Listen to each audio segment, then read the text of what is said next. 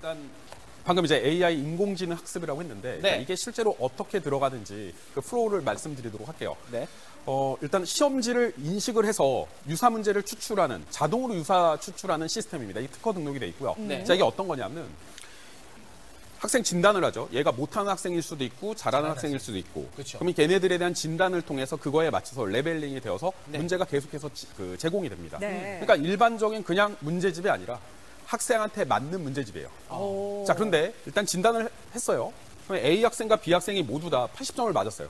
테스트 본 거죠? 네, 테스트 본 겁니다. 네. 점수는 똑같지만 실제로 A 학생은 3, 4번을 틀렸고요. 네. B 학생은 1, 8번을 틀렸어요. 아. 틀린 문제가 다르단 말이죠.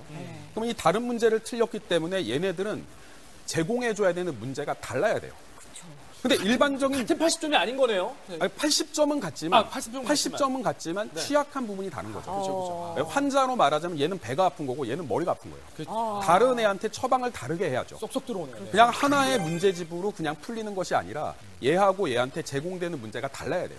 그래서 앞에서 얘기했지만 제가 유사 문제 추출 시스템이라고 했죠. 네. A 학생이 틀린 문제들, B 학생이 틀린 문제가 다르기 때문에 그 틀린 문제에 따른 변형 문제가 계속해서 나와요. 아까 네. 문제 몇 문제 있다고 하셨죠? 10만 네, 문제. 10만 문제 있다고 했죠. 그 문제 안에서 계속해서 변형돼서 문제가 나옵니다. 네. 그래서 동일한 시간 공부했다 하더라도 어머님들 뭐 이런 경우도 있어요. 우리 애는 문제 되게 많이 풀고 공부 많이 했는데 점수는 좀 안 나오는 것 같아요.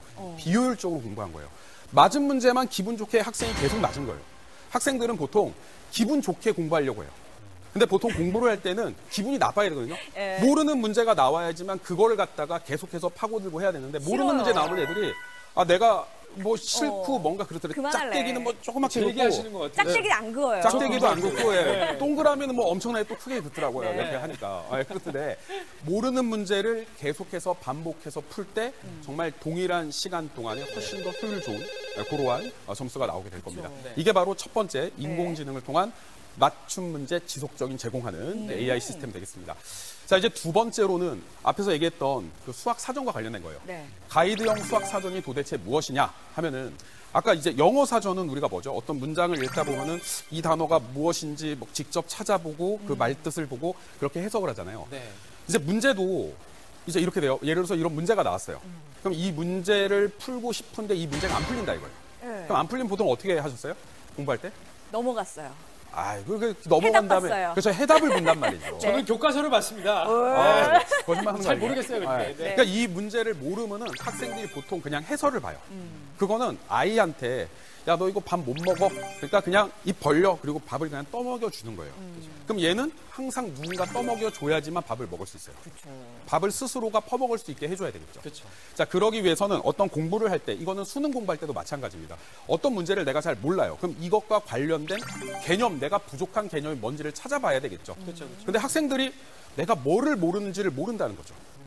그러면 이것과 관련된, 이게 지금 어떤 문제냐면은 네. 입체도형의 전개도 부피 구하는 문제입니다. 그러면 이것과 관련된 개념이 바로 각기둥이라는 개념, 네. 그 다음에 각기둥의 전개도라는 거, 네. 그 다음에 기둥의 건널비와 부피, 이 세 개의 개념이 융합되어 있는 그러한 문제예요. 그러니까 올해 수능도 어려운 문제 있죠. 킬러 문제라고 하는 네.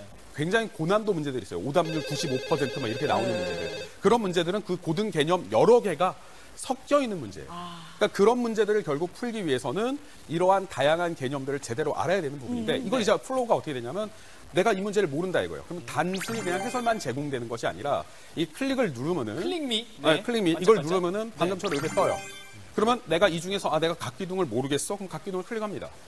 자, 그러면은 그 각기둥과 관련된 내용들이 이렇게 쭉 나오고 있고요. 그죠? 그다음에 여기 수학사전 요 흐름도 있죠? 이 흐름도가 이제 어떤 것과 관련돼서 후행에서는 뭐가 되고 선행에서는 뭐가 되고 이런 것들이 다 제공이 됩니다. 네. 그래서 이런 식으로 영어 문장을 갖다가 우리가 스스로가 사전을 찾아서 해석하듯이 네. 수학도 내 이 문제와 관련된 개념들을 내가 스스로가 이렇게 찾아가는 거. 그리고 이제 동영상까지 제공이 돼요. 그러니까 이 개념들을 갖다가 동영상을 보면서 내가 학습을 해도 됩니다. 각기둥의 정의에 대해서 살펴보도록 하겠습니다. 들어보세요. 이걸 우리 각기둥에 아이들이 들어가기 들으면. 전에 우리는 입체도형이 무엇인지를 입체도형. 일단 네. 살펴볼게요. 이런 입체도형이다. 네. 근데 그러면 이제 각기둥을 이제 학습을 했단 말이죠. 네. 근데 이걸 내가 모른다. 이걸 이제 다 학습을 했는데 그래도 못 풀어. 그러면 이것도 보는 거예요. 전개도도 보고 건널비와 부피도 보고. 그래서 스스로가 학생이 이 문제를 풀어 나갈 수 있게끔 만들어주는 거예요. 공부를 이렇게 해야 돼요. 그러네. 10만 문제 모든 문제가 전부 다 이렇게 되어 있어요. 그러니까 이게 특허죠. 이게 수학 사전입니다. 네. 네. 아, 우리 아이들이 모르는 부분들을 하나하나 자기가 본인이 찾아갈 수 있게끔. 그렇죠, 그렇죠. 근데 또 틀린 문제에 대한 틀린 부분도 있죠. 마지막으로 이제 네. 오답 노트 말씀드릴게요. 자, 오답 노트는 뭐냐? 우리가 이제 수학 공부를 하다 보면은 맞은 문제 다시 풀면은 또 맞을 가능성이 높고요. 네. 틀린 문제는 시간이 지나고 다시 풀면 또 틀릴 가능성이 높아요. 자, 시험이 한 일주일 정도 남았어요. 뭐 공부해야 되겠어요? 오답 노트. 틀린 문제를 다시 봐야 되겠죠. 네. 근데 오답 노트 보통 옛날에는 막 오리고 진짜로 붙이고. 뭐 네. 붙이고 번거로워서 붙이다 조금 끝났어요. 하다가 안 했잖아요. 네. 맞아요. 그러지 않았나요? 맞아요. 엄마한테 시켜서 엄마 이것 좀 해줘 이러는 애들도 있어요, 실제로. 근데 그게 아니라 시스템 안에서 학생 스스로가 틀렸던 문제들을 자동으로 오답 노트로 저장해주고 그냥 맞았다 하더라도 내가 잘 모르는 것 같다 싶은 것들은 내가 체크를 하면은 오답 노트에 저장이 돼요. 그러니까 단순히 오답 노트에서 끝나는 게 아니라 네. 그 다음에 이것과 관련시켜서 내가 비슷한 문제를 더 풀어보고 싶어. 그럼 아까 몇 문제 있다고 했죠? 10만 10만 문제요. 문제. 네. 이것과 유사한 10만 문제가 계속해서 돌아갑니다. 이렇게 해가 되고 변형 문제까지 되니까 네. 시험에 대한 완벽한 대비가 될 수 있겠죠. 이런 식으로 수능도 공부하면 고득점 나올 수 있습니다. 야, 좋다.